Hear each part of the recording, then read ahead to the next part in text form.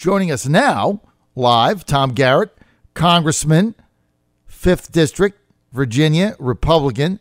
That is the southwest, south side, Lynchburg, and up through a bunch of areas. A huge district. And Tom Garrett, light news day, right?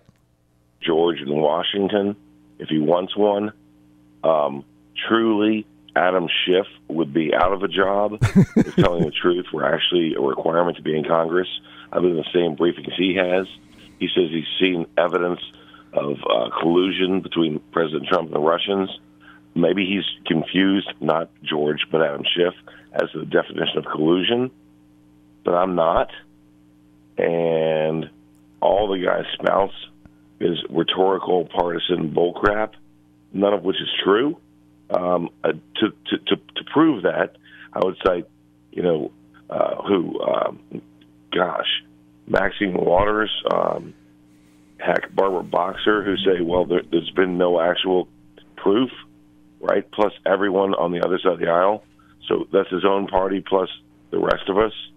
I'm so tired of it. And the threat to the Republic isn't, it's not at hand. It's the next generation that realizes that the American political consumer is so tired that they've just tuned out.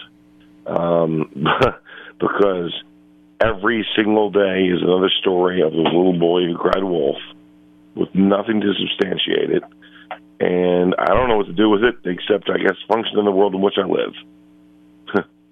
Congressman, I got to get your comment on this just in off the wire. Russian Federation President Vladimir Putin saying that he will release the transcript of the meeting in the Oval Office with the President of the United States and his two diplomats if Congress approves release of that.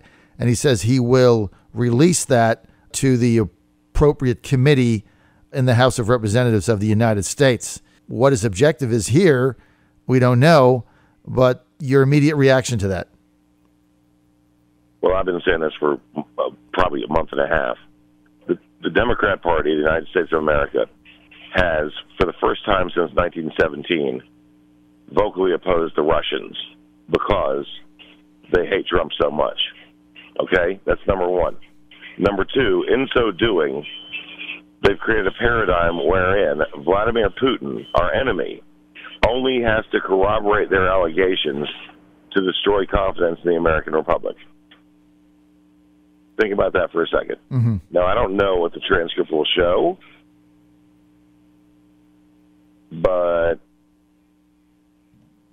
if you don't care about communist Soviet actions all the way through the entire Cold War, and you whisper into the ear of Medvedev, please tell Vladimir after the election I'll have more latitude, and you talk about a Russian reset, and then your husband takes down $500,000 for a speech in Moscow, and then you sign away 20% American uranium, and your entire political party never has any negative comment until they lose an election they thought they had in the bag. And then you tell the entire nation for months on end, after the election's over, that it happened because Russia Today news network carried stories from WikiLeaks that no one has disputed or controverted.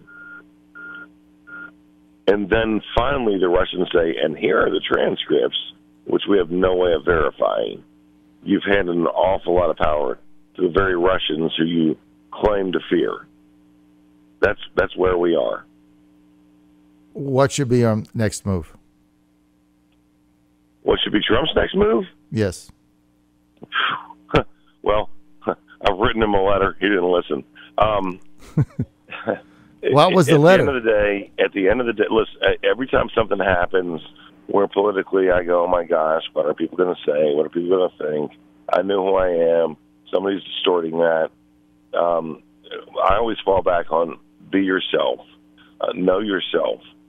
Remember what you told people you're going to do, and then go do it. So I think a whole lot of radical honesty is a good thing. That's my fallback.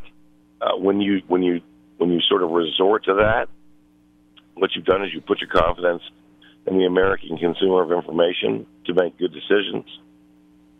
And for 250 or so years, before we were even a nation, we have a history of either making good decisions or coming to good conclusions. So I think you keep doing the job the best you can if you're President Trump.